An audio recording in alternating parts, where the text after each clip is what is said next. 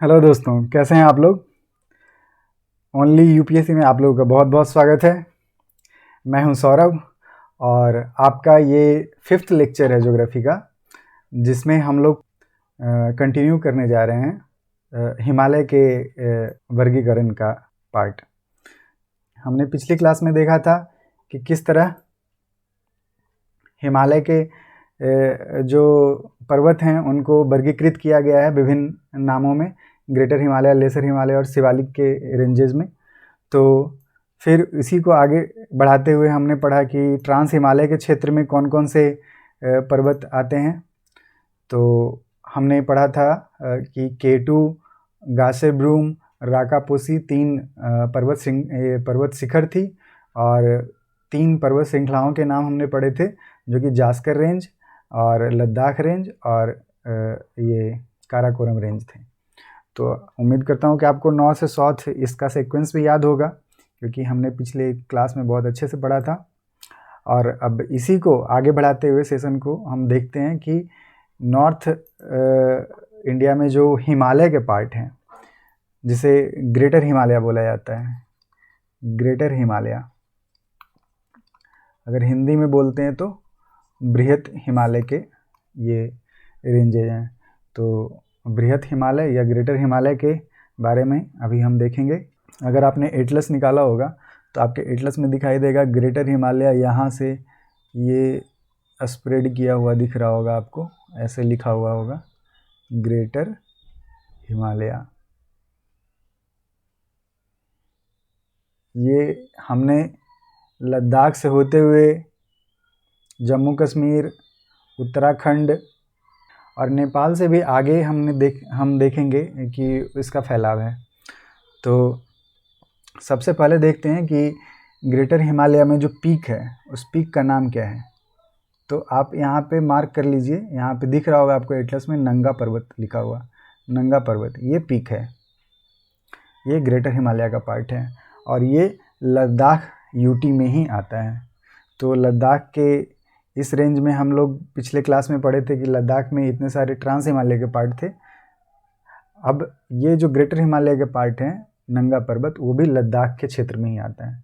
तो नंगा पर्वत लद्दाख के क्षेत्र हम लोग याद रखेंगे। उसके बाद अगर फिर और आगे बढ़ते हैं तो अपने को मिलेगा यहाँ पे उत्तराखंड में। इधर उत्तराखंड वाला जो क्षेत्र है, मैं आपको जूम कर दूं ताकि आप थोड़े अच्छे से इसे देख पाएँ।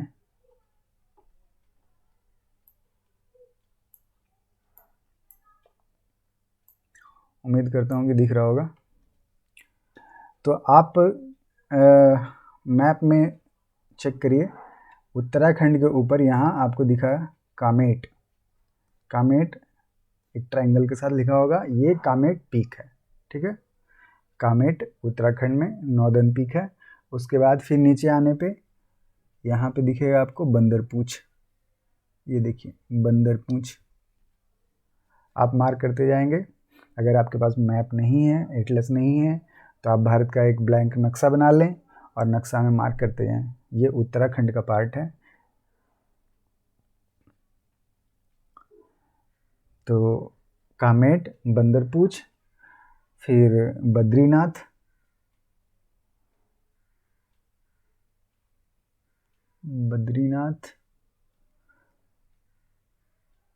बद्रीनाथ इसमें शायद दिखाई नहीं दे रहा है, लेकिन बद्रीनाथ अगर दूसरे मैप में देखें तो उत्तराखंड के मैप में देखें, आप पॉलिटिकल साइड वाले मैप में देखेंगे तो वहाँ पे साफ साफ दिख रहा होगा बद्रीनाथ, केदारनाथ, बद्रीनाथ। तो आप अंदाज़ा लगा लीजिए कि ये मैप है इस तरह से, तो इस वाले क्षेत्र में। तो इसी तरह आप अंदाज़ा लगा के आप यहाँ पे मार्क कर सकते हैं कि यहाँ पे कहीं पे ये बद्रीनाथ का क्षेत्र होगा।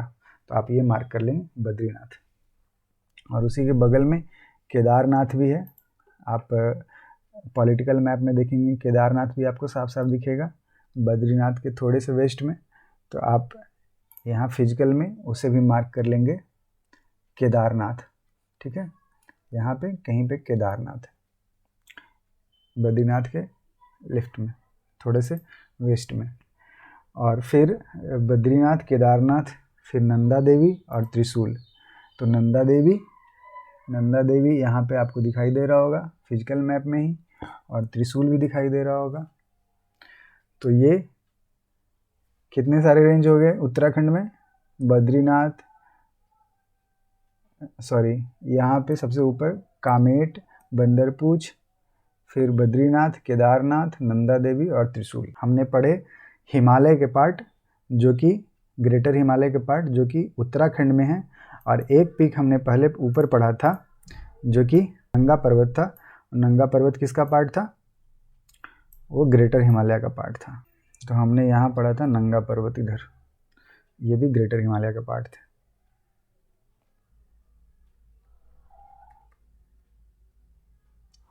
चलिए नोट डाउन कर लेते हैं।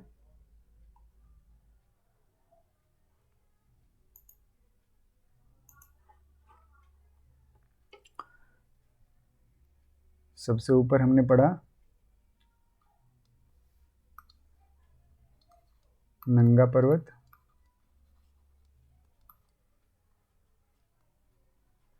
ये नंगा पर्वत है जो कहाँ है? लद्दाख का पार्ट है। वैसे तो ग्रेटर हिमालय का पार्ट है लेकिन लद्दाख का पार्ट है। और फिर हमने पढ़ा कामेट, ये पीक कहाँ है? ये भी पर्वत का शिखर है, ये उत्तराखंड में है। कामेट के बाद हमने पढ़ा बंदरपूछ, बंदरपूछ कहाँ है? उत्तराखंड में ही है। फिर हमने पढ़ा बद्रीनाथ, केदारनाथ,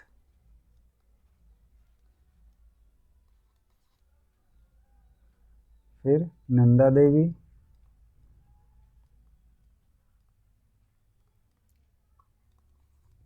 और नंदा देवी के बाद लास्ट में त्रिशूल। तो ये नॉर्थ से साउथ आते हुए ग्रेटर हिमालय के जो पीक, ये सारे के सारे किस स्टेट में आते हैं? उत्तराखंड में। ठीक है, तो ये हो गया अपना ग्रेटर हिमालय का पार्ट जो कि उत्तराखंड में है। अब उत्तराखंड के बाद नेपाल साइड में जाते हैं,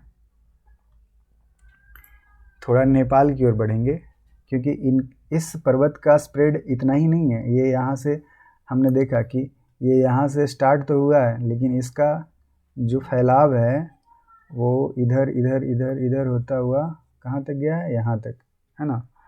तो हम इसको मार्क करते चलेंगे। अब चूँकि उत्तराखंड का मैप यहाँ पे जा कर के भारत समाप्त हो जाता है, यहाँ से नेपाल शुरू होता है। तो नेपाल के क्षेत्र में जो भी पर्वत शिखर हैं उनके नाम भी हम जानेंगे। तो सबसे पहले आपको दिख रहा होगा धौलागिरी, आपको इस वाले मैप में नहीं दिखेगा। इसके आगे जो हिस्सा है वो नेपाल का है, तो आपको उसके लिए मैप में अपने एटलस में देखना होगा। आप इंडेक्स देखिए, इंडेक्स आप निकालिए। इंडेक्स में आपके सबसे आगे में जो वो कंटेंट पेज होता है वो निकालिए, और उसमें चेक करिए कि ये एशिया वाला पार्ट कहाँ है। तो इस बुक में दिया हुआ है लगभग 70 पेज के आसपास। आप देखिए तो आपको बांग्लादेश, श्रीलंका, नेपाल, मालदीव्स, ये सब कुछ एक साथ दिया हुआ रहेगा। एक ही पेज पे ये सारे नक्शे दिए हुए रहेंगे। तो आप 70 पेज के आसपास होगा। ठीक है, तो आप निकालिए और उसमें आपको मिलेगा नेपाल का ये वाला मैप। उम्मीद करता हूँ कि आप लोगों को मिल गया होगा। तो नेपाल के इस मैप में आप देखेंगे सबसे जो ऊपर जो रेंज है, तो आप देखिए इस मैप में आपको सबसे ऊपर नॉर्थ में दिखेगा धौलागिरी। एक ट्रिक है जिसे याद रखिए, डैम जिम, DAM, डैम, उसके बाद GEM, डैम जिम। तो D से धौलागिरी, A से अन्नपूर्णा, एम से मंसालू, ये तीनों पीक है जो कि आते हैं हिमालय के, ग्रेटर हिमालय के पार्ट ही हैं, उसी में आते हैं नेपाल के क्षेत्र में। उसके बाद फिर डैम जेम, जी से जो गौरी शंकर, ई से एवरेस्ट जो माउंट एवरेस्ट है अपना सबसे बड़ा सबसे ऊंचा, और फिर मकालू, एम से मकालू। तो ये डैम जेम आपको याद रहेगा सीक्वेंस, नॉर्थ से साउथ आते हुए, उत्तर से दक्षिण की ओर आते हुए धौलागिरी, अन्नपूर्णा, मंसालू, फिर गौरी शंकर, एवरेस्ट, मकालू, याद रहेंगे। इसके बीच में डैम और जेम के बीच में एक पीक और है जो इस मैप में नहीं दिया हुआ है, आप लोग लिख लेंगे। ये एक्चुअली तिब्बत और नेपाल दोनों के क्षेत्र में मिलता है, तो ज़्यादातर पार्ट इसका तिब्बत के क्षेत्र में है। तो इसका नाम है सीसा पंगमा, सीसा पंगमा, डैम और जेम के बीच में है ये। तो नॉर्थ तरफ से आते हुए डैम यानी कि धौलागिरी, अन्नपूर्णा, मंसालू के बाद सीसा पंगमा, सीसा पंगमा के बाद गौरी शंकर, और गौरी शंकर के बाद फिर एक और आएगा, गौरी शंकर और एवरेस्ट के बाद एक और आएगा लोहत से, लोहत से। तो ये भी आप लिखिए, आप वहाँ पे मार्क कर लीजिए, ठीक है। तो मैं अभी ऊपर से रिवाइज करता हूँ। ग्रेटर हिमालय का क्या था, लद्दाख वाले क्षेत्र में नंगा पर्वत, उत्तराखंड में कामेट, फिर बंदरपूछ, बद्रीनाथ, केदारनाथ, नंदा देवी, त्रिशूल, ये उत्तराखंड में हो गए। फिर जब नेपाल में आते हैं, ग्रेटर हिमालय का पार्ट देखते हैं, नेपाल में कौन कौन सी पीक हैं, तो धौलागिरी, अन्नपूर्णा, मंसालू, सीसा पंगमा, गौरी शंकर, एवरेस्ट, लोहतसे और मकालू, ठीक है। इसके बाद अब फिर ये सिक्किम चला जाएगा। तो अभी नेपाल वाला जो एरिया है आप इसका नोट डाउन कर लें पहले। तो ग्रेटर हिमालय का ही पार्ट यहाँ पे कंटिन्यू है, ये भी ग्रेटर हिमालय का ही पार्ट है, बृहत हिमालय जिसको बोलते हैं हिंदी में, ग्रेटर हिमालय का ही पार्ट है ये भी। तो इसी को कंटिन्यू करते हुए 8 नंबर में हम लिखेंगे क्या क्या था, धौलागिरी, धौलागिरी पर्वत। फिर आप लोग नाम बताइए, धौलागिरी के बाद क्या आएगा, क्या ट्रिक था हमारा, डैम, उसके बाद जेम, यही ट्रिक था ना। तो ऐसे अन्नपूर्णा, अन्नपूर्णा ये पीक हो गया। एम से कौन सी पीक आएगी, धौलागिरी, अन्नपूर्णा, मंसालू, जी से गौरी शंकर, गौरी शंकर, फिर ई से एवरेस्ट यानी कि माउंट एवरेस्ट, और एम से मकालू, इतने ही पीक थे। इसके बीच में एक आता था जो तिब्बतीय के क्षेत्र में पड़ता था, नेपाल में नहीं पड़ता था, तिब्बत में पड़ता था, उसका नाम क्या था, इसको 12 नंबर कर देते हैं। जो तिब्बत के क्षेत्र में था वो क्या था, सीसा पंगमा, ये तिब्बत में था। और फिर गौरी शंकर 12 नंबर में, 13 में माउंट एवरेस्ट, और फिर एक इसके बीच में एक था 14 नंबर में, क्या नाम था उसका, माउंट एवरेस्ट के बाद लोत्से, राइट। तो ये लोत्से है, और फिर लास्ट में मकालू।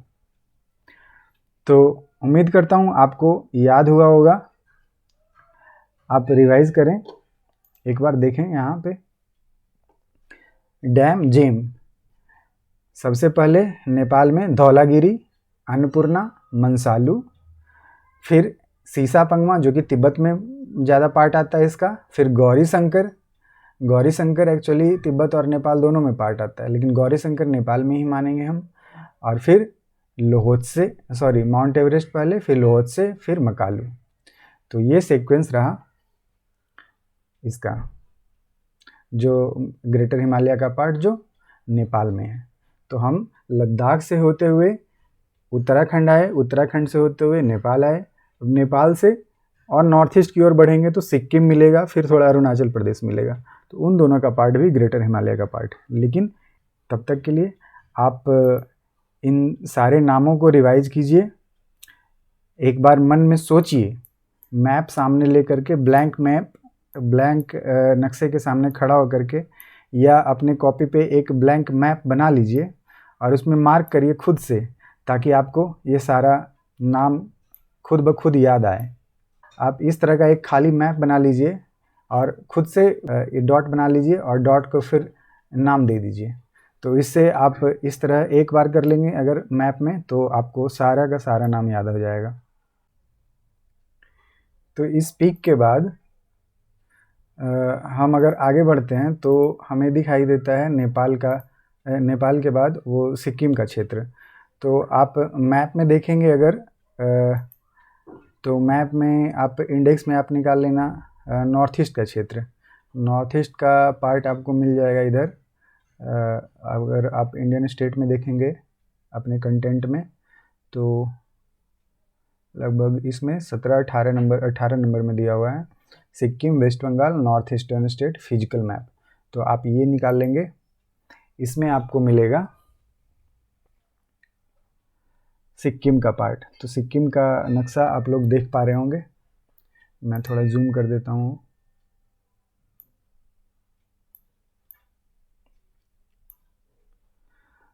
तो ये सिक्किम का मैप है इधर, यहाँ पे इसमें आपको मिलेगा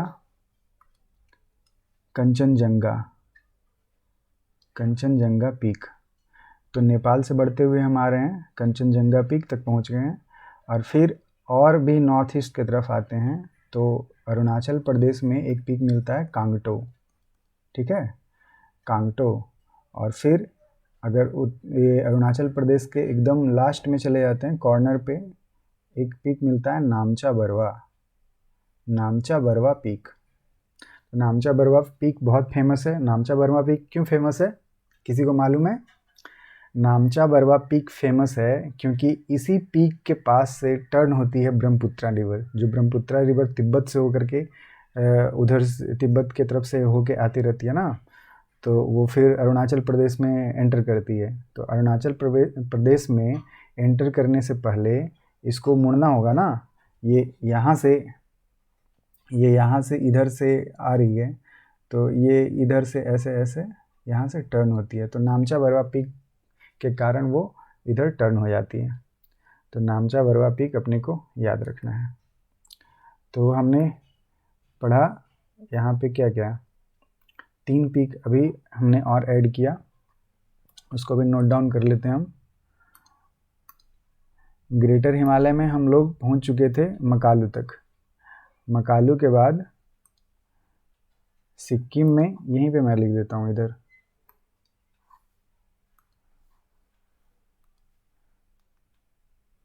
सोलह नंबर क्या पढ़ा सिक्किम में हमने? कंचनजुंगा पर्वत, ठीक है, कांचनजंगा पर्वत। आप लोग स्पेलिंग चेक कर लीजिएगा, कांगचेन है, कांगचेन,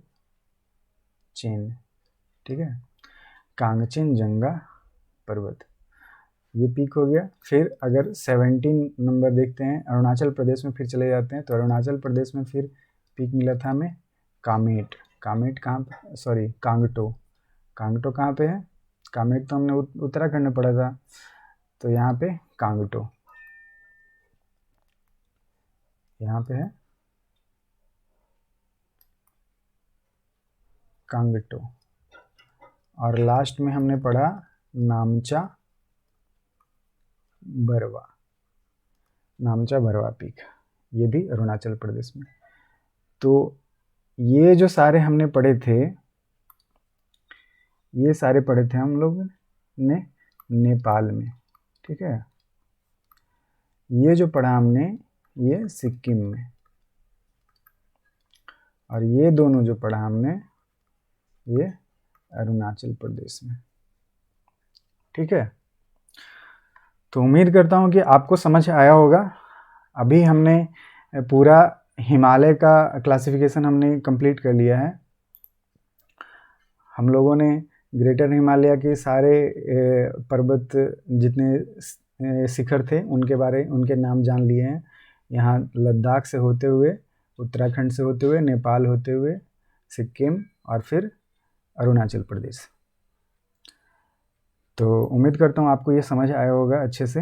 अगर कुछ दिक्कत हो तो आप कमेंट सेक्शन में बता सकते हैं, और मिलते हैं अगले क्लास में इसके आगे वाले पार्ट को लेकर, जिसमें हम पढ़ेंगे लेसर हिमालय का पार्ट, यानी कि मध्य जो हिमालय का पार्ट है, मध्य हिमालय के पार्ट को हम पढ़ेंगे। उसमें कौन कौन से रेंज और कौन कौन से ये पाए जाते हैं, पर्वत शिखर पाए जाते हैं। चलिए मिलते हैं आपसे अगले क्लास में। तब तक के लिए अपना ख्याल रखिए और पढ़ते रहिए। धन्यवाद।